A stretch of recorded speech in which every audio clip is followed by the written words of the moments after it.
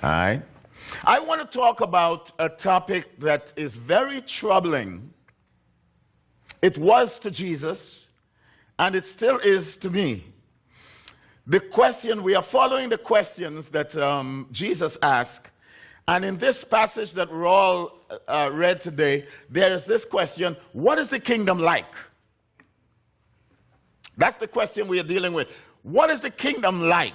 And so we deal with that question today. What is the kingdom like? My answer is that we are dealing with the upside down kingdom. And so that's what I want to introduce to you today, the upside down kingdom. It got Jesus in trouble. When Good Friday comes around, I know that we get all obsessed with the idea that it is possible that with our own theology that Jesus came so that he can give his life to the world as a ransom for the sins. I hold another view, and the view is this upside down kingdom. It got Jesus in trouble. This upside down kingdom that Jesus came and announced to this world, nobody was ready for this upside down kingdom. If we go back to Rome and we go back to Palestine, we would understand quite well that Jesus came into a situation that nobody wanted to hear what he had to say. A few months before Jesus came, there were more than 20,000 Jews that were massacred in the massacre of Sepphoris. We know Herod. We know about Herod. Herod, contrary to what a lot of people believe, Herod was not a Roman. Herod was not a Gentile. Herod was a Jew. Herod was a Jewish leader. Herod was appointed by the Roman procurator to be over all the other Jews who were enslaved, and Herod was tasked with the responsibility to make sure that the Jews stayed in their place. And then they began to hear about this Jesus who was going to be born. They heard that Jesus was going to be born, and Herod began to become very restless, and Herod began to say, you know, there is a little guy that's going to be born, and they say that he is going to be the King of Kings and the Lord of Lords. They say that this little boy who would be born probably in a manger, probably somewhere, but this little guy was a threat to Herod, and you know the story.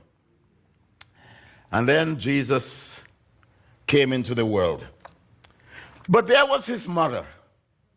His mother said about this one, she said, for the mighty one has done great things for me, and holy is his name. His mercy is for those who fear him from generation to generation. He has shown strength with his name, with his arm. He has scattered the proud in the thoughts of their hearts. He has put down the powerful from their thrones and lifted up the lowly. He has filled the hungry with good things and sent the rich away empty.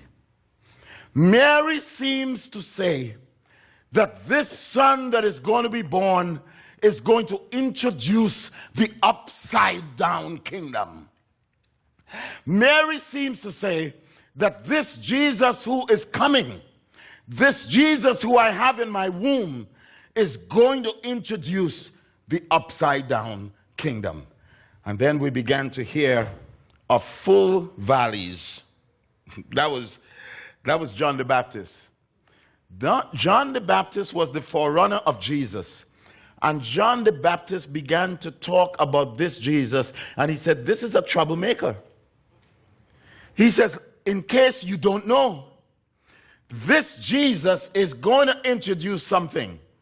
And the theologians call it four things: full valleys, flat mountains, straight curves and level bumps. This is how John the Baptist is preparing the way for Jesus. Now, don't you think that they will crucify him? John the Baptist says, this guy who is going to come, and I am only a forerunner, I'm only paving the way for him. He is going to make every valley high. He's going to make every mountain low. The crooked places, he'll make, oh my gosh, what kind of guy is this? He is going to introduce the upside down kingdom. He is going to do some things in this world that you will never ever believe. And all those who were enslaving the Jews were asking, what kind of guy is this? And then he goes into the temple and they ask him, who are you? What are you about? And it is there that Jesus introduced the upside down kingdom. In other words, the kingdom is not right side up. I have come to turn everything upside down. And he takes the scroll and he gets to Isaiah 61 and he reads a passage that everybody begins to get annoyed, and he says, this is what I am here for. And he says, the Spirit of the Lord is upon me because he has anointed me to preach. And he said, I am come to visit those that are in prison. I am come to give sight to the blind. I am come to be bread to those who don't have bread. I have come to heal the sick. And they were beginning to ask, what kind of a guy is this? And then he threw a googly. He bowled a googly. Yeah, that's when they all thought that he threw a googly, and this is the googly. But those of you who don't know, in cricket we have, I don't know what you call it in baseball, but when somebody is bowling the regular and all of a sudden from nowhere, and a curve ball, he throw a curve ball, and this is what he says. He says, you heard what I've said. Jesus said, you heard what I've said, but there is something else that is not even written in Isaiah. He says, this is what it is. He says, and to preach the acceptable year of the Lord. And they said, what is he talking about? It's the Leviticus 25 that had ruled through the Old Testament. And it is the number 7 that is so significant in the Christian calendar and in the Old Testament. Every 7 years there was something that took place. Every 7 years all the farmers left their land empty. This is what Moses asked them to do. Every 7 years we'd like you to don't plant anything on your land so that the poor can come by and the strangers can come by and plant in your land. And there is something else. Every 7, it's called the Sabbath or the sabbatical. Every 7 years, this is what is going to happen. All your slaves will be set free. Every 7 years, set your slaves free.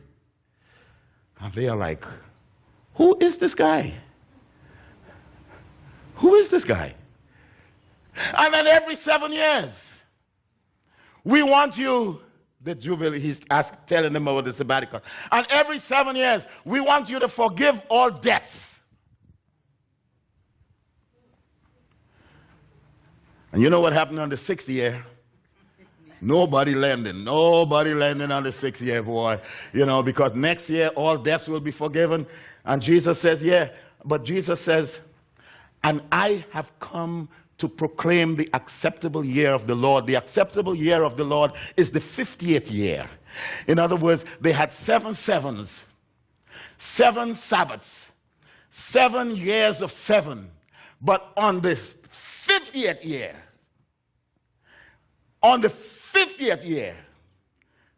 the Jubilee year, they added one more. And the Jubilee year, yes, you let your land lie fallow. Yes, all the slaves are set free. Yes, all the debts are canceled, but one more in the year of the Jubilee, and this is it. All land must go back to its original owners. Oh, they hated the Jubilee. You see,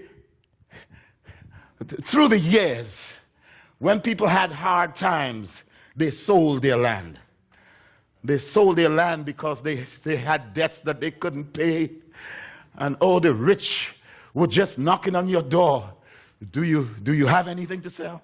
Oh yeah, I'm selling my children. Oh yeah, I got land in Moruga, I got land in Mayaro, I got land in Siparia, I got land all over the place, I got land in Quarantine. They were just selling land all over the place. But on the 50th year, Moses said, in order that poverty will not be in perpetuity, on the 50th year, all land must go back to the people who sold it to you in the first place. It's the year of the Jubilee. And Jesus says, I have come to proclaim the year of the Jubilee.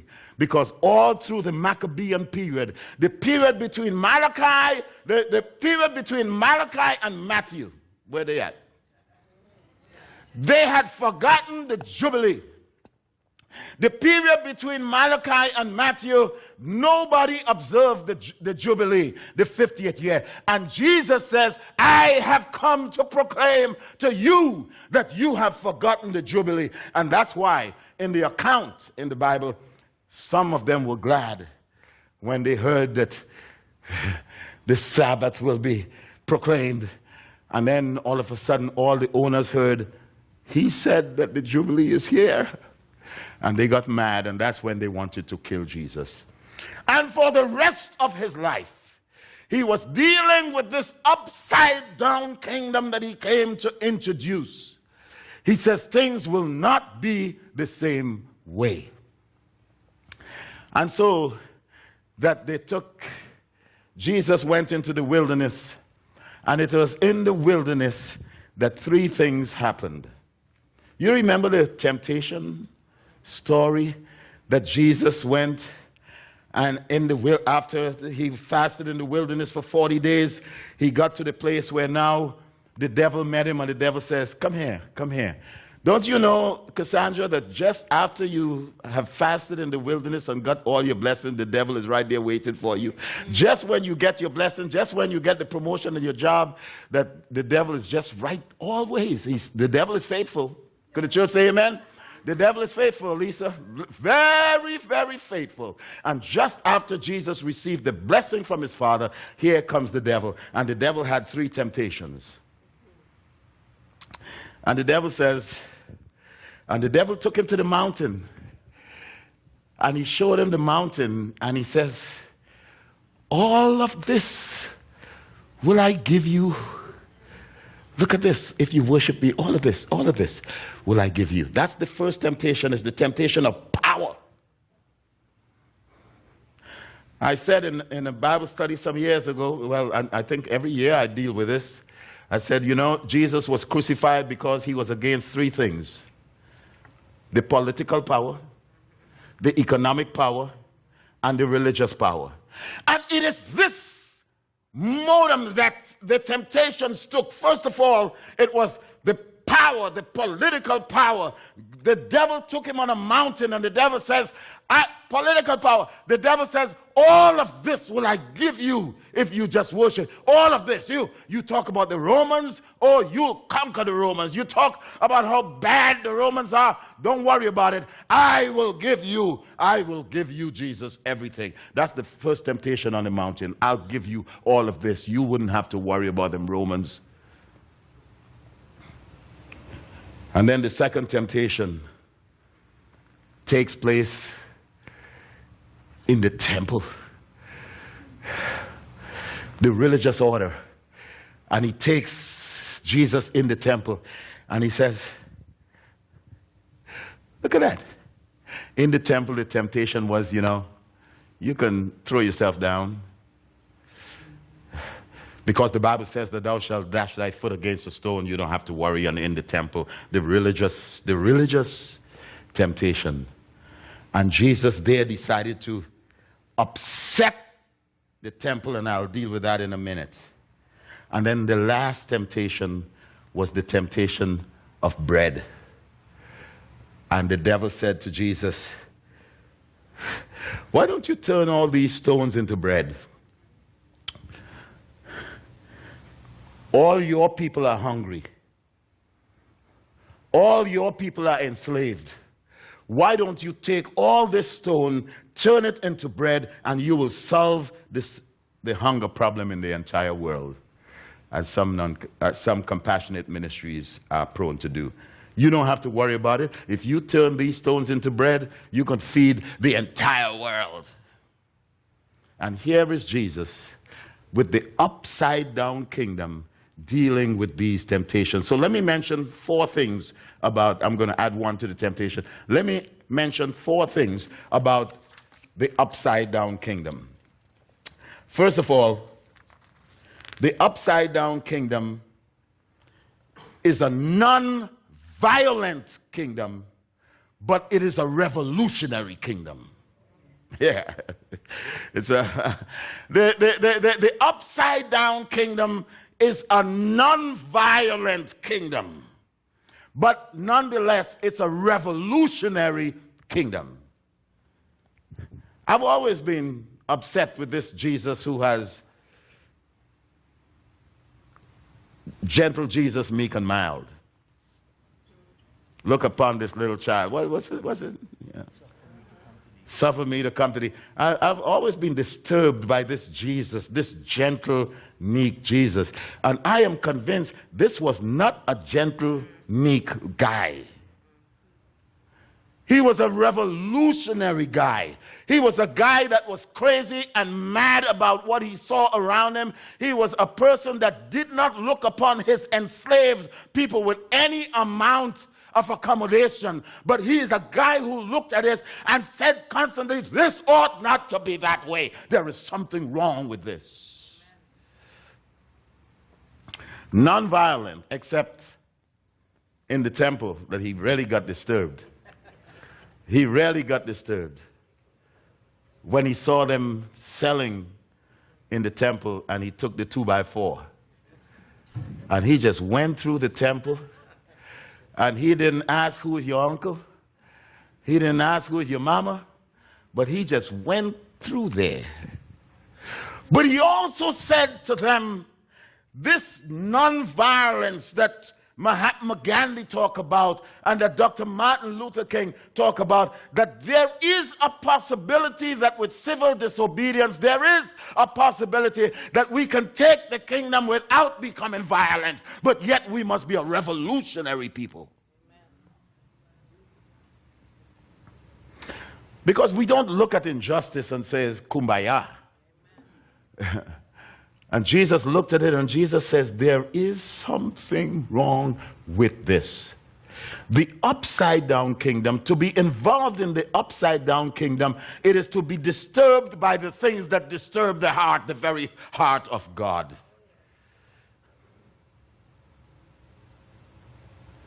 The Pope is going to be here next month. I can't wait to get the Pope here. Not that I have anything to do with it. But I want the Pope to come here because I want the Pope to have a special conversation with Donald Trump. Yeah. I agree. Oh. I want the Pope to come as Jesus would if Jesus came. I want someone to talk about the immigration issue. You see, Jesus Christ was the immigrant. And not only the immigrant, but Jesus Christ was the undocumented immigrant in Africa. Because when Herod wanted to kill him, and when Herod sought to kill him, Joseph and Mary colluded, and Joseph and Mary says, let's get out of here. Where did they go? They went all the way down in Egypt, didn't have a visa.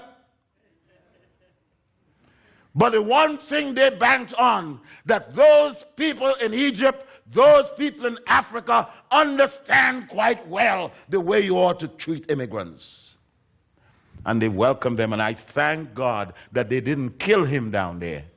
I thank God that they didn't build a wall so that he couldn't get down there.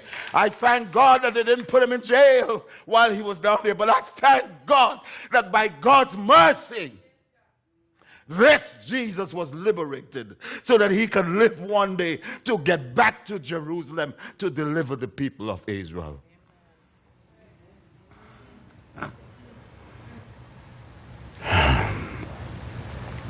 We don't have to use violence, but we could be revolutionary. I saw this week where all through the Middle East, countries are taking in immigrants. I read this week that in the midst of the war that is always propagated by the rich, where hundreds of thousands of people are getting on boats, and America is asking all these countries around, please take in these people, give them asylum, take in all the people.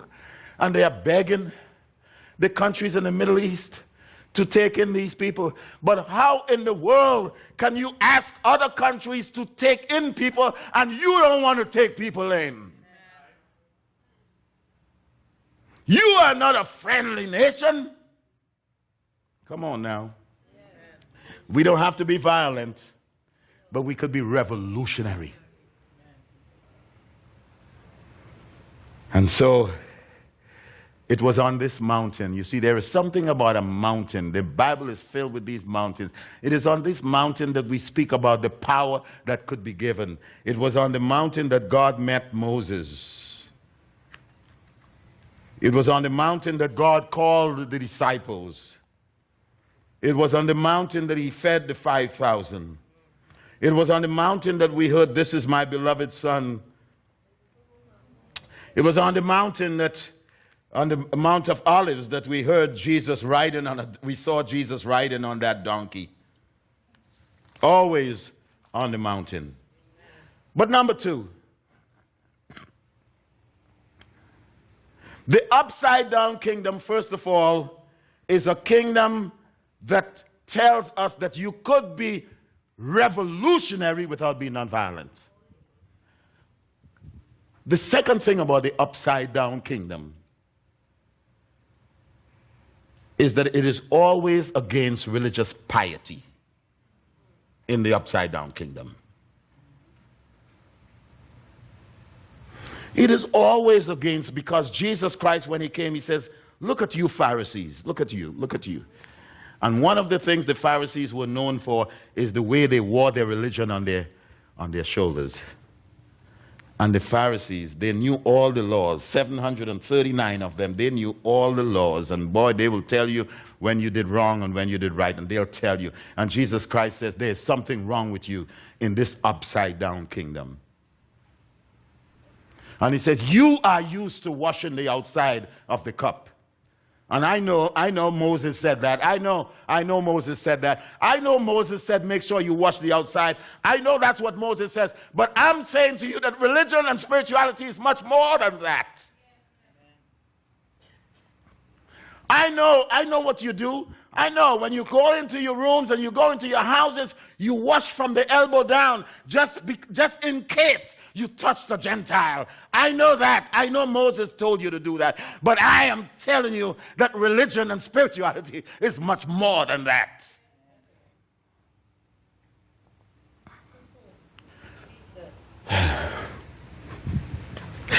And for centuries, more than 120,000 animals were sacrificed, were killed every year in the temple. When you walked into the temple on the Day of Atonement, all you smelled was blood. Animals being sacrificed. And people lived their lives all kinds of way and didn't care how they lived their lives. And on the Day of Atonement, here they were coming with their lamb. Here they were coming with their goat. Here they were coming with their pigeon and their dove. And they're saying, oh, make me clean. And Jesus came, and Jesus is saying to them, in the upside down kingdom, that's not how you get clean. Oh my gosh. He's in the temple. He's talking about this. How how do you get clean? It is not the religion that you wear on the outside, but it is on the inside. And that's why Jesus says, I know that it is said to you that if you look on a woman with lust in your eyes, that you have sinned and all of that. And Jesus says, I know this is much more than just committing adultery itself. It is that even if you look at a woman, if you have messed up mind, this upside down kingdom is, oh, assalamu alaikum. Nice to see you. This upside down, talking about an upside down kingdom. This upside down kingdom that Jesus is talking about, and Jesus is saying, you are so worried about the things on the outside, but I'm telling you that even the thoughts that you have on the inside, that is what will condemn you. My gosh, this upside down kingdom.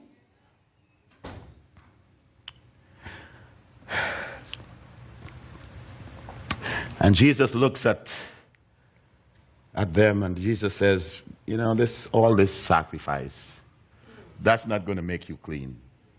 That's not. Going into the temple, and what did it do to the high priest? The high priest was the guy, man. The high priest thought he had it made.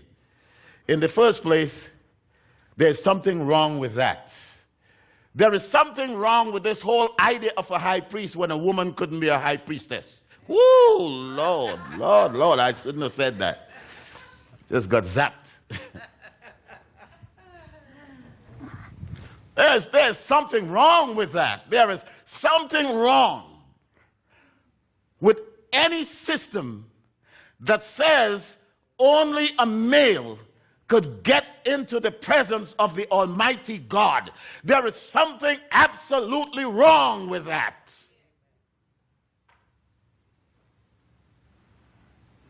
And the high priest thought he had it made.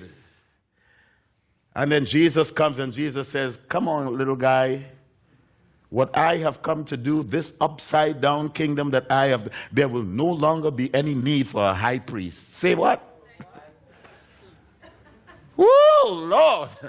No longer will this upside down kingdom that Jesus came to bring. Because when Jesus came, what Jesus was talking about is, you have said that women are not welcome in certain places. I have said that I spent 9 months in a woman's womb. Come on. And Jesus says, I know about women. It's a comfy place to be, in the womb of a woman. And that's why Jesus came. And Jesus, everywhere he went, he had women following him. And he had women playing with his hair, dreadlocks and all. Oh, yeah. That's why when Jesus came, Jesus was saying, I am introducing to you an upside down kingdom. It's not the way things have always been. And then thirdly,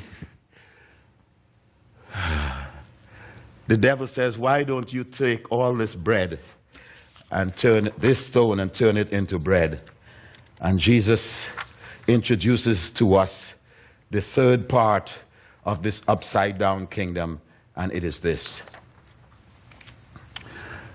Jesus could have turned the stone into bread and everybody will be happy. But Jesus says, no, I ain't going to do that. I'm not going to turn all this stone into bread and then everybody will have bread. But Jesus says, what I want to do, what I'm committing my life to do, is to deal with the injustices that prevent people from having bread. I could turn all this stone into bread, but no, I don't want to do it. I want to talk about poverty. I want to talk about the rich. I want to talk about enslavement. I want to talk about you people who are responsible for hungry people everywhere. Boy, Jesus says that's the kingdom I've come to introduce, the upside down kingdom. May I invite you to be a part of this upside down kingdom? Not the kingdom as you know it, but the upside down kingdom. A kingdom that many people in that day did not want. They killed Jesus because of this upside down kingdom. But the third element in the upside down kingdom is this: that the upside down kingdom exceeds the norm of reciprocity. Under the Old Testament economy, it was always tit for tat. That was always, it's tit for tat, man. An eye for an eye, a tooth for a tooth, a life for a life. If I do you a favor, you owe me a favor. And Jesus comes and Jesus says, in the upside down kingdom, it is not a tooth for a tooth. It is not an eye for an eye.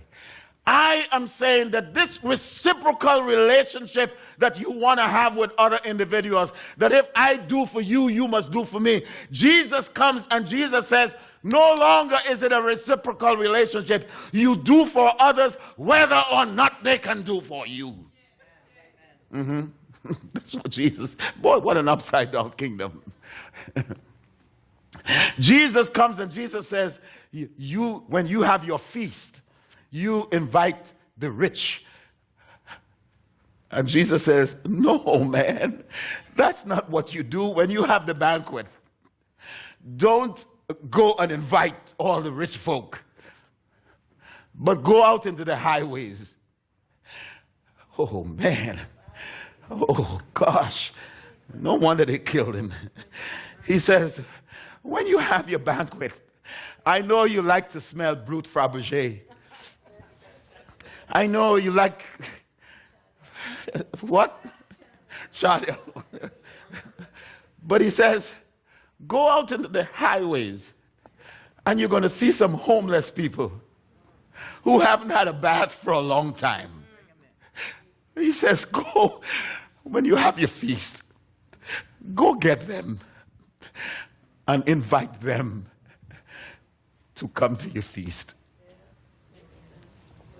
Jesus says, go get the prostitutes and bring them to the feast. Go get the poor. And Jesus knew what they were thinking. And Jesus says, your problem is that you always expect people to repay you. But in the upside down kingdom, that's not the way we do things. You do for others whether they will ever have the upper. And then he, just to rub it in a little more, he said, in the upside down kingdom, children always come first. Say what? In the upside down kingdom, children are always first.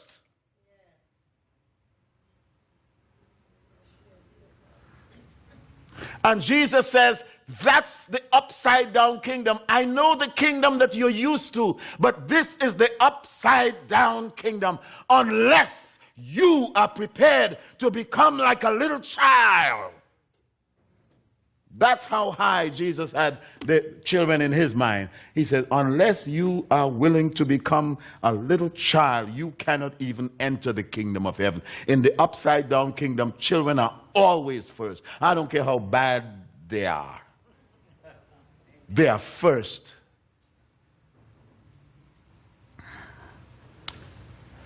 I don't know how often I have to mention this, but Children are always first.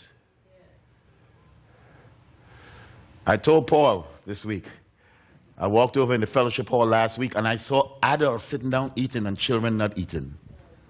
I saw grown men sitting down eating. And I looked around and I saw children. And I said, my gosh, what have we come to? What have we done with the upside down kingdom? What justification do we have? Well, if you're hungry, I excuse you. Okay, you should have eaten before you came to church. All right, come on. You should have eaten before you came to church.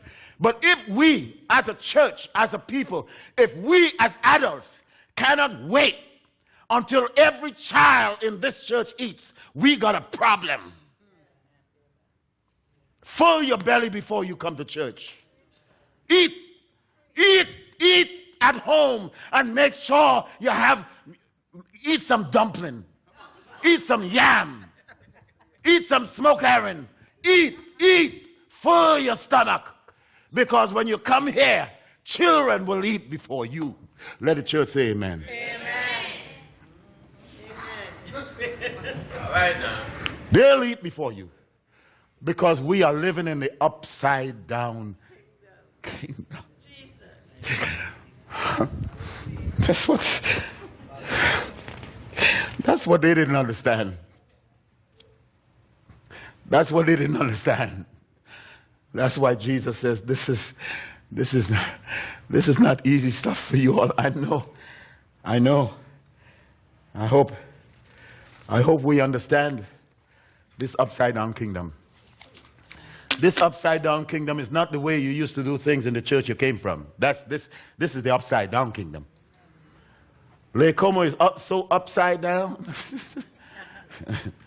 I remember somebody saying that we hope in the years to come when we look back at what God has done, we might be able to say, it was never done the way we do things where we came from. But that's the risk that Jesus took. And Jesus, every now and then, he said, I know what Moses said. I know what Moses. Stop telling me about Mo. Stop telling me about Brother Mo. This is what I'm telling you. That in the upside down kingdom, this is the way it is. When the people can say, we rather have Barabbas than Jesus. Because we can kill Barabbas and we can get rid of Barabbas anytime we want. But that guy who keeps talking about the upside down kingdom, we need to get rid of him once and for all. Don't get rid of Jesus. Embrace this kingdom. Embrace this upside down kingdom. That's what Jesus is looking for. The upside down kingdom.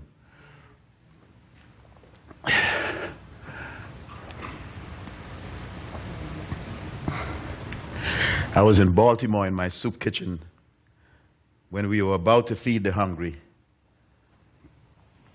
And I heard one of my members say, and all the homeless people were about to eat.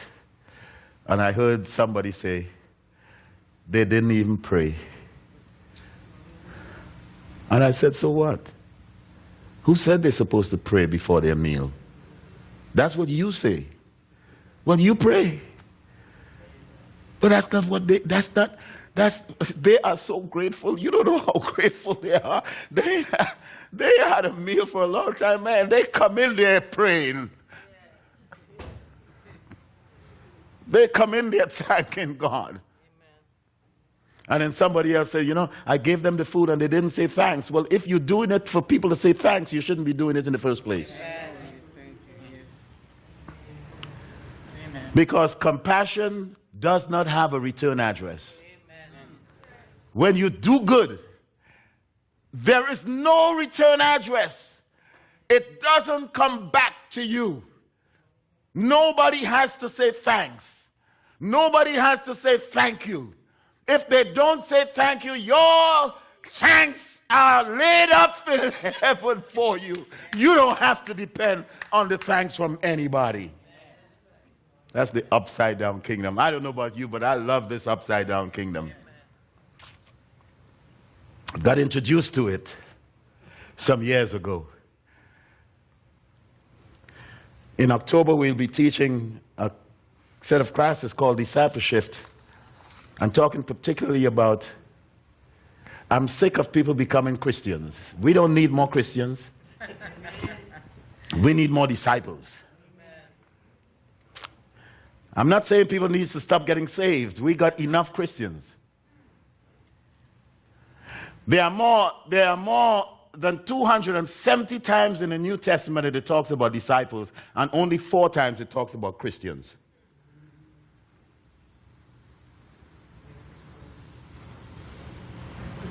We don't need more Christians, but God knows we need more disciples.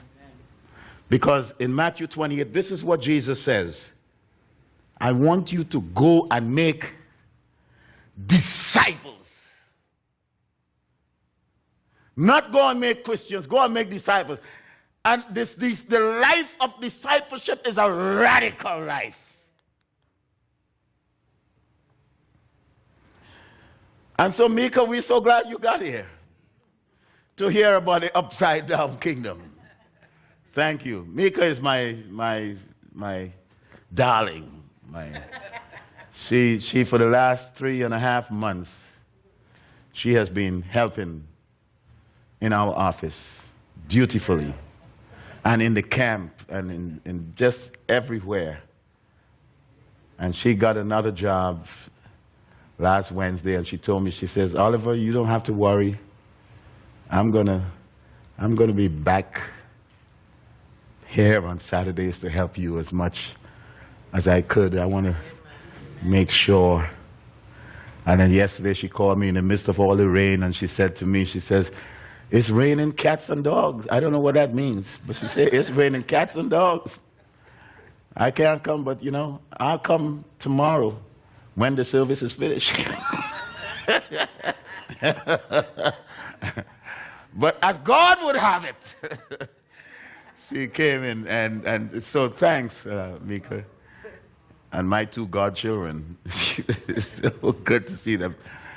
Enter and embrace this upside down kingdom. It is, boy, it will grow our